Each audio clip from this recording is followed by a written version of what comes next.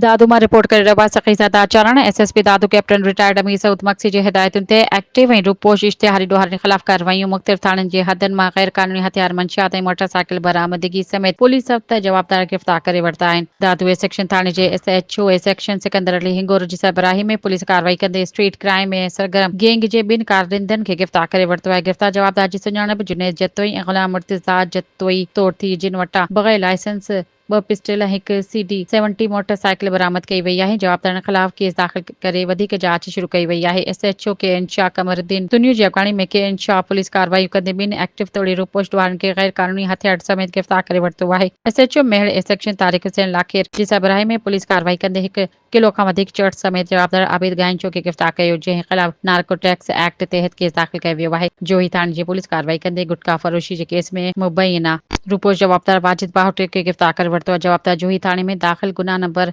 1/2026 में पुलिस खे घुर्बल हुयो।